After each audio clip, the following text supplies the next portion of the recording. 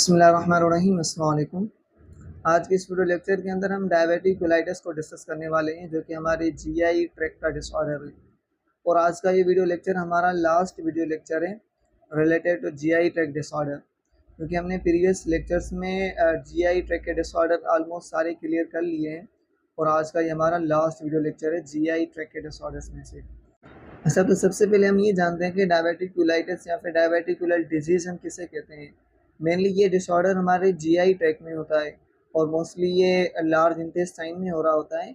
इसमें एक pouch like structure बन जाती है इंटेस्टाइन के बाहर। ठीक है, तो ये समटाइम नॉर्मल होती है, मतलब जब आप 40 एज तक पहुंच जाते हैं या फिर 40 प्लस हो जाते हैं तो ये कंडीशंस नॉर्मल हो रही होती है। ठीक है, क्यों? क्योंकि एजिंग की वजह से भी ये हो सकता है, मतलब आपके मसल जो है ना वो कॉन्ट्रेक्शन छोड़ जाते हैं। सही है, उनमें वीकनेस आ जाती है। और इसके अलावा अगर आप लो फाइबर डाइट ले रहे होते हैं तो उसकी वजह से भी हो सकता है ये। ठीक है, और इसके अलावा ओबेसिटी की वजह से भी हो सकता है। और उसके अलावा मतलब ये आपका फैमिली हिस्ट्री में भी आ सकता है, मतलब आपके फैमिली में किसी को अगर ये इशू हुआ होगा तो ये चीज़ें आप में भी कॉमन हो सकती हैं। अच्छा, फिर अगर हम टाइप्स की बात करें तो ये मतलब मोस्टली हमारे जीआई ट्रैक्ट में होता है, तो समटाइम ये आपके ईसोफेगस में भी हो सकता है। सही है, और इसके अलावा गैस्ट्रिक में आपके स्टमक में भी हो सकता है। ठीक है, और समटाइम ये आपके इंटेस्टाइन के अंदर भी ये चीज़ें हो सकती हैं। सही है, मतलब उनके अंदर एक पाउच लाइक स्ट्रक्चर बन जाती है। तो जब उन पाउच लाइक स्ट्रक्चर में इन्फ्लामेशन आ जाती है तो हम उन्हें डायबिटिकुलाइटिस या फिर डायबिटिकुलर डिजीज़ कहते हैं। सही है, मज़ीद हम उनकी डेफिनेशन को देखते हैं कि डेफिनेशन में कह रहा है कि pouch like herniation of the mucosal wall in the small bowel और कोलोन। मतलब एक पाउच लाइक स्ट्रक्चर है, जैसे ये हर्निएशन, मतलब हर्निया एक किसे कहा था हमने, मतलब एक ऑर्गन जो अपनी ओरिजिनल लोकेशन को छोड़ के किसी दूसरे ऑर्गन की लोकेशन में चला जाए तो उसे हम हर्निया कहते हैं। सही है, तो ये भी एक मतलब स्वेल कर जाता है, मतलब बाहर आ जाता है। समटाइम ये स्मॉल बावल यानी कि स्मॉल इंटेस्टाइन या फिर लार्ज इंटेस्टाइन में हो सकता है। क्यों होता है? डिफरेंट मसल वॉल वीकनेस, आपकी मसल्स की जो वॉल है वो वीकनेस होने की वजह से या फिर इंट्राल्यूमिनल स्ट्रेस है उसकी वजह से भी ये चीज़ें हो सकती हैं। अच्छा, डायबिटिकुलाइटिस इन्फ्लामेशन ऑफ डायबिटिकुलम। जब ये डायबिटिकुलम आपके इंटेस्टाइन के बाहर होते हैं तो जब इनमें इन्फ्लामेशन आ जाती है तो हम उन्हें डायबिटिकुलाइटिस कहते हैं। अब इनमें इन्फ्लामेशन क्यों आती है? समटाइम इन्फेक्शन हो जाता है इनमें। ठीक है, तो ज़्यादातर ये चीज़ें अगर आपके इंटेस्टाइन में रहेंगी तो आपके जो वेस्ट होगा या आपकी बॉडी का वो भी ज़ाहिर सी बात इंटेस्टाइन में से गुजरेगा तो इन पाउचेस के अंदर भी जा सकता है, तो जिसकी वजह से उनमें कोई इन्फेक्शन हो सकता है। ठीक है, तो उसकी वजह से ये इन्फ्लाम कर जाती हैं तो हम उन्हें डायबिटिकुलाइटिस कहते हैं।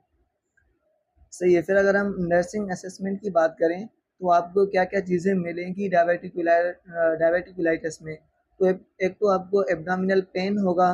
ठीक है, मतलब सीवियर एब्डोमिनल पेन होगा, टेंडरनेस और तो पल्पेशन, जब आप उस ऑर्गन को या फिर उस एरिया को पल्पेट करेंगे जहाँ आपके पेशेंट को डायबिटिकुलम में लाइक स्मॉल या लार्ज इंटेस्टाइन में, तो आपको वो जगह आपको सख्त फील होगी। सही है, नाज़िया और वोमिटिंग ये तो कॉमन है, हमारे जीआई जो भी डिसऑर्डर है उसमें ये चीज़ें कॉमन होती हैं।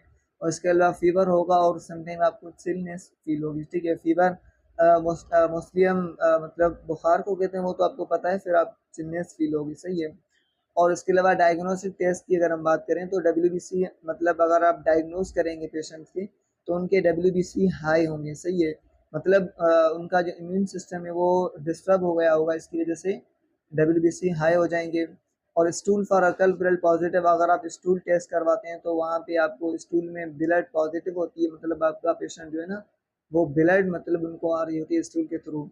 सीटी स्कैन एक्यूट डिजीज, मतलब अगर आप सीटी स्कैन करवाते हैं तो वो मतलब अभी हुआ है ऐसा समझ में आ रहा होगा, मतलब अक्यूट है, सम टाइम के लिए हुआ है, मतलब उनको लॉन्ग पीरियड ऑफ टाइम नहीं हुआ। BER UGI is non acute disease. BG barium enema को हम कहते हैं और अपर जीआई ट्रैक्ट इन्फेक्शन को हम कहते हैं अपर जीआई ट्रैक्ट इन्फेक्शन, उन्हें कहते हैं हम UGI। सही है। अच्छा, फिर अगर हम इन्फेक्शन की बात करें तो मतलब कौन कौन से इन्फेक्शन होते हैं इसमें, वो तो इन्फेक्शन हो गए मोस्टली बैक्टीरियल इन्फेक्शन ही हो जाते हैं। तो उन बैक्टीरियल इन्फेक्शन को ट्रीट करने के लिए हम क्या यूज़ करते हैं? एंटीबायोटिक यूज़ करते हैं मोस्टली हम, ब्रॉड स्पेक्ट्रम या फिर जो स्पेसिफिक मेडिकेशन होती है किसी बैक्टीरिया के लिए वो हम यूज़ करते हैं। और उसके अलावा एंटी इंफ्लामेटरी लाइक हम स्टेरॉइड यूज़ करते हैं। ठीक है, नॉन इंफ्लामेटरी ड्रग्स यूज़ करते हैं जो उनकी इन्फ्लामेशन को ख़त्म कर सकते हैं।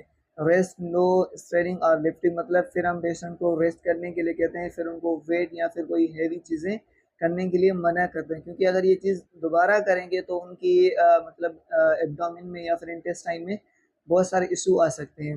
अच्छा, फ्लूइड और इलेक्ट्रोलाइट इम्बैलेंस, अगर आपकी बॉडी के पेशेंट के बॉडी के फ्लूइड या फिर इलेक्ट्रोलाइट इम्बैलेंस हुए हैं, सोडियम, पोटेशियम, ये सारी चीज़ें आपकी इलेक्ट्रोलाइट में आ रही होती हैं, ये अगर कम हुए तो आप पेशेंट को मतलब आईवी फ्लूइड देके उनका जो डिहाइड्रेशन में अगर जा रहे हैं तो उनको रिहाइड्रेट करना है, मतलब उनके इलेक्ट्रोलाइट को मेंटेन रखना है। अगर nutritional level less than body requirement है तो आप उन्हें एमपीओ पे पेशेंट को रखना है, सी नॉट पर ओरल है तो आप उन्हें मतलब आईवी फ्लूइड देंगे ताकि उनकी एक तो इलेक्ट्रोलाइट मेंटेन रहेंगे। ठीक है, progress to high fibre diet, आप उन्हें हाई फाइबर डाइट को प्रोग्रेस करेंगे व्हेन ईटिंग रिज्यूम, जब मतलब पेशेंट को अलाउ किया जाता है कि आप ओरली फूड ले सकते हैं तो उस टाइम आप उन्हें ज़्यादा फाइबर मतलब जो फूड होता है ना वो आप उन्हें प्रेफर करेंगे ताकि वो इजीली डाइजेस्ट भी हो जाता है, सही है, और इजीली पास आउट भी हो जाता है, क्योंकि इन कंडीशन की वजह से आपका जो जीआई ट्रैक्ट ना वो समटाइम नैरो हो जाता है। तो अगर आप हाई फूड डाइट लेंगे, फाइबर डाइट लेंगे तो उनको पास आउट, सॉरी, लो फाइबर डाइट लेंगे तो उनको इंटेस्टाइन के थ्रू पास आउट करने में मुश्किल लगेगी, फिर ये इन्फेक्शन दोबारा हो सकता है। अवॉइड फूड विद सीड, मतलब ऐसा फूड जो सीड में हो, लाइक टोमेटो होते हैं उनके अंदर सीड होते हैं, तो इस तरह का फूड आपने अवॉइड करना है, क्योंकि ये चीज़ें मतलब ज़्यादा जल्दी जो है ना एब्जॉर्ब नहीं हो पा रही होती, तो ये भी आपके इंटेस्टाइन के अंदर बड़ा मसला कर सकती हैं। अच्छा, फिर अगर हम सर्जरी की बात करें, colon resection for rupture, possibly temporary colonoscopy. अच्छा, अगर आप सर्जरी करेंगे तो वो स्पेसिफिक एरिया या पेशेंट का कट करेंगे, कट करने के बाद दोनों फिर इंटेस्टाइन को आप आपस में रिकनेक्ट कर देंगे, सही है। तो मोस्टली ये हमारा डायवर्टिकुलाइटिस है जो फर्स्ट में आपको दिख रहा है, सही है। ये डायवर्टिकुलाइटिस विद रप्चर, मतलब आपका अगर डायवर्टिकुलम रप्चर हो जाता है, सही है, किसी इंजरी की वजह से या फिर किसी इन्फेक्शन की वजह से, तो उनमें इन्फ्लामेशन आ जाती है, तो उस इन्फ्लामेशन की वजह से हम उन्हें डायवर्टिकुलाइटिस कहते हैं। तो पेशेंट की कुछ इस तरह की कंडीशन हो जाती है, अगर आप देखेंगे यहाँ पे तो ये सारी चीज़ें नॉर्मल होती हैं, फिर ये डायवर्टिकुलर में ब्लीडिंग हो जाती है और ये हमारे स्टूल के थ्रू ब्लीडिंग बाहर आ रही होती है, तो ये एक मोस्ट डेंजरस कंडीशन है पेशेंट के लिए। अच्छा, मैनिफेस्टेशन अगर सिम्टम्स की बात करें तो पेन होगा पेशेंट को, left sided mild to moderate and cramping, मतलब लेफ्ट साइड पे ज़्यादा उनको पेन होगा, क्रैम्पिंग कहते हैं हम सीवियर पेन को, मतलब ज़्यादा उसको पेन होगा। कॉन्स्टिपेशन और फ्रीक्वेंसी ऑफ डेफिकेशन, या तो उनको कॉन्स्टिपेशन होगी या उनको बार बार मतलब स्टूल पास आउट होगा, लाइक उन्हें डायरिया होगा, सही है। मैं also have nausea, vomiting, low grade fever, ये सारी चीज़ें, नोजिया, वोमिटिंग, फीवर होगा, low grade fever, abdominal distension, आपका एब्डोमिन मतलब स्वेल कर जाएगा, फूल जाएगा, एंड टेंडरनेस, और वो बिल्कुल सख्त हो जाएगा। कॉम्प्लिकेशंस की बात करें तो पेरिटोनाइटिस हो सकती है, अगर इनमें होल हो जाए आप अगर आपके इंटेस्टाइन में इसकी वजह से, तो इंटेस्टाइन का जो अंदर फ्लूइड है वो आपके पेरिटोनियम लाइनिंग या फिर पेरिटोनियम कैविटी में चला जाएगा, जो हमने इसी जीआई ट्रैक्ट के डिसऑर्डर में पेरिटोनाइटिस को डिस्कस किया है, वो हो सकता है। और इसके अलावा एब्सिस फॉर्मेशन हो सकती है, पस फॉर्मेशन हो सकती है आपके इंटेस्टाइन के अंदर, बावल ऑब्स्ट्रक्शन, आपका स्टूल जो है वो इजीली पास आउट नहीं होगा क्योंकि आपके इंटेस्टाइन का जो इंटरनल ल्यूमन है वो बिल्कुल नैरो हो जाएगा, वहाँ से चीज़ें पास आउट नहीं हो पाएंगी। फिस्टुला फॉर्मेशन, फिस्टुला हमने आई थिंक ये 3-4 मरतबा इसी सीरीज़ में डिस्कस किया है। फिस्टुला एक एबनॉर्मल ओपनिंग बन जाती है, वो हो जाएगा। उसके अलावा हेमरेज, लाइक आपकी इंटरनल ब्लीडिंग हो सकती है, सही है। तो ये सारी चीज़ें आपको डायवर्टिकुलाइटिस में हो सकती हैं कॉम्प्लिकेशंस में। अच्छा, फिर अगर मेडिकेशन की बात करें तो ब्रॉड स्पेक्ट्रम आपने एंटीबायोटिक यूज़ करनी है against gram negative and anaerobic bacteria to treat acute diverticulitis. अगर आपको एक्यूट डायवर्टिकुलाइटिस है, सही है, तो आप उन्हें ब्रॉड स्पेक्ट्रम एंटीबायोटिक यूज़ करके जल्दी उन्हें ठीक कर सकते हैं। ओरली और intravenous route depending on severity of symptom, मतलब आप ओरली भी दे सकते हैं और इंट्रावीनियस आईवी भी दे सकते हैं। आईवी के ज़्यादा चांसेस होते हैं मतलब रिजल्ट आने के, तो मोस्टली मतलब आईवी दिया जाता है। फ्लैजेल प्लस बैक्टीरियम और सिप्रो, अच्छा फ्लैजेल देखें या फिर सिप्रो, ये एंटीबायोटिक हैं, ये आप दे सकते हैं। इनमें एनाल्जेसिक फॉर पेन, आप पेन किलर दे सकते हैं। नॉन नार्कोटिक, मतलब नॉन नार्कोटिक में वो आते हैं जो आप माइल्ड टू मॉडरेट पेन को रिड्यूस करता है, और नार्कोटिक में वो होता है जब आपको सीवियर पेन होता है तो वो नार्कोटिक एनाल्जेसिक होते हैं, मतलब आपको सीवियर पेन हो उस टाइम आप नार्कोटिक दे सकते हैं। फ्लूइड तो करेक्ट डिहाइड्रेशन, आप आईवी फ्लूइड देंगे ताकि पेशेंट की डिहाइड्रेशन है वो रिहाइड्रेट हो सके, उनके जो इलेक्ट्रोलाइट हैं वो मेंटेन हो सकें। सही है। स्टूल सॉफ्टनर देंगे आप पेशेंट को ताकि उनको कॉन्स्टिपेशन अगर हुआ है तो कॉन्स्टिपेशन की वजह से उनके एब्डोमेन में या फिर उनके इंटेस्टाइन के अंदर प्रेशर होगा। ठीक है, जब वो प्रेशर करेगा तो हो सकता है कि वहाँ पे जो है ना एक रप्चर हो सके आपका इंटेस्टाइन प्रेशर की वजह से, तो आप स्टूल सॉफ्टनर देंगे ताकि वो उतना स्टूल इजीली पास आउट हो जाए। सही है। और इसके अलावा एंटी कोलेरेंजिक जो डिक्रीज इंटरनल हाइपर मोटेलिटी। अच्छा, एंटी कोलेरेंजिक क्या है? ये टाइप ऑफ ड्रग है, ठीक है, जो हम जो कि आपके न्यूरोट्रांसमीटर है एसिटाइलकोलाइन। उन एसिटाइलकोलाइन एक न्यूरोट्रांसमीटर है जो हमारे ब्रेन को मैसेज देता है, ये उनको ब्लॉक कर देता है। ठीक है, जब ये ब्लॉक करेगा तो आपका जो हाइपर सॉरी मतलब डायरिया जो है, मतलब पेरिस्टालसिस मूवमेंट रैपिडली चल रहा है, मतलब फास्ट है। क्यों फास्ट है? क्योंकि एसिटाइलकोलाइन हार्मोन रिलीज हो रहा है। तो ये ड्रग एंटीकोलिनर्जिक ड्रग क्या करते हैं, ये एसिटाइलकोलाइन को स्टॉप कर देते हैं। सही, मतलब उनकी सीक्रेशन को स्टॉप करते हैं, जिसकी वजह से आपकी पेरिस्टालसिस मूवमेंट रुक जाती है, यानी आपको डायरिया स्टॉप हो जाती है। सही है, तो ये मेडिकेशन हम इनमें यूज कर सकते हैं। अच्छा, treatment for acute episode of diverticulitis. अगर आपको अक्यूट डायबिटिकुलाइटिस, उनके लिए क्या ट्रीटमेंट है? क्लाइन इनिशियली एनपीओ, आपने नॉट पर ओरल पेशेंट को कुछ नहीं देना है ओरली विथ इंट्रावेनस फ्लूइड। सही है, मतलब आपने आईवी फ्लूइड देना है। टीपीएन, टीपीएन का फुल फॉर्म है टोटल पेरिनेटल न्यूट्रिशन।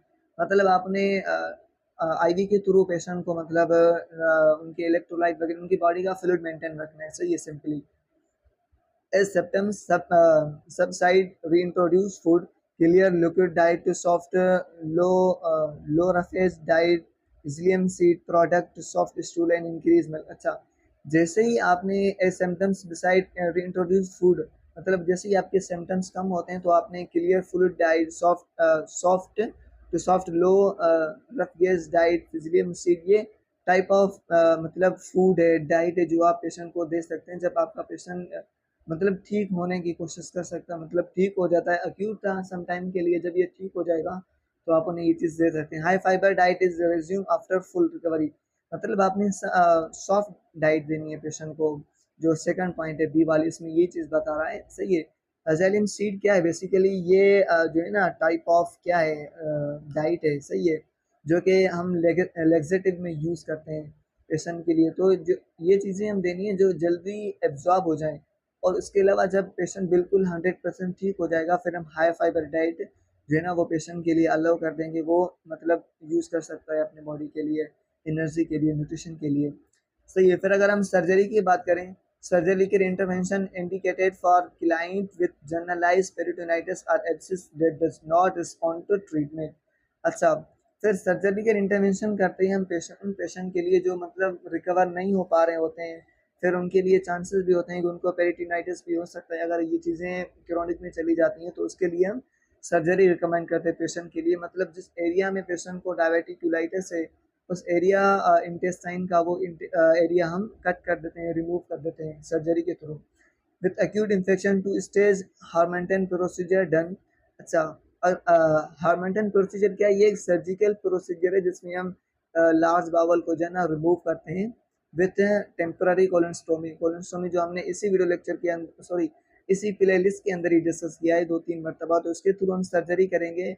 री एनास्टोमोसिस, एनास्टोमोसिस कहते हैं हम दो ऑर्गन को आपस में दोबारा कनेक्ट करना। ठीक है, मतलब जब आप प्रोसीजर कर जाएंगे उस जो ऑर्गन था हमारा इंटेस्टाइन का एरिया था वो डैमेज था, उसको हम बाहर निकाल के फिर उनको दोबारा री एनास्टोमोसिस मतलब उनको रिकनेक्शन कर सकते हैं आफ्टर 2 to 3 months लेटर।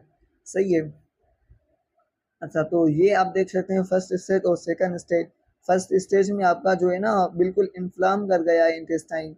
सही है, तो सेकंड स्टेज में हमने क्या किया है मतलब पेरिटोनियम रिफ्लेक्शन, ये सारी चीज़ें कॉमन हो जाती हैं, मतलब पेरिटोनियम भी हो सकती है और हम सर्जरी की तरफ चले जाते हैं। इस जो है ना पिक्चर में आपको क्लियर हो गया होगा क्लोज रेक्टल स्टम, मतलब आप यहाँ पे देख लें आपका जो रेक्टम है वो बिल्कुल क्लोज है और यहाँ पे नेक्स्ट पिक्चर में ये ओपन किया गया है। सही है। अच्छा, फिर नर्सिंग केयर की अगर हम बात करें, health promotion include teaching high fibre food in diet, मतलब नर्सिंग केयर में आप पेशेंट को हाई फूड वो देंगे जिसमें ज़्यादातर फाइबर हो, अच्छी डाइट हो, लाइक बनानास वगैरह और ऑरेंज या सॉफ्ट फूड जो है राइस वगैरह, ये सारी चीज़ें पेशेंट को देनी है ताकि उनका जो नॉर्मल पैटर्न है उसके प्रोस्टास मूवमेंट है वो क्लियर हो जाए, उनका एब्जॉर्प्शन क्लियर हो जाए ताकि पेशेंट अपने इलेक्ट्रोलाइट को मेंटेन कर सके, अपने बॉडी की एनर्जी को मेंटेन कर सके। नर्सिंग डायग्नोज में क्या है, empire tissue integrity gastro intestinal, मतलब आपके जो टिश्यूज़ की जो इंटीग्रिटी पावर्टी थी वो इम्पेयर्ड हो गई होगी गैस्ट्रो, जिसकी वजह से आपको पेन होगा, anxiety related to unknown outcome of the treatment possibility surgery. मतलब ये सारी चीज़ें आपको नर्सिंग डायग्नोज में मिल सकती हैं पेशेंट से, सही है।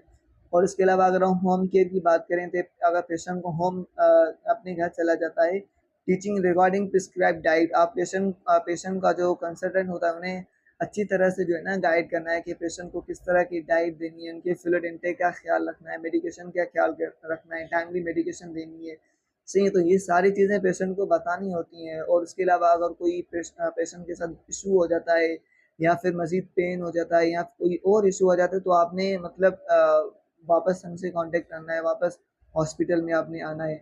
इफ़ एनी कॉन्सोमिक लाइन, मतलब ये सेकंड पॉइंट में यही कह रहा है कि अगर कोई भी इशू हो आपको, आप वापस हमसे कनेक्ट कर सकते हैं। तो आज का ये वीडियो लेक्चर हमारे यहाँ पे एंड हुआ है डायबिटिकुलाइटिस के, और इसके साथ-साथ हमारा जीआई ट्रैक्ट कार्डियो जो डिसऑर्डर है, वो भी हमारा इसी वीडियो के साथ कंप्लीट हो गया।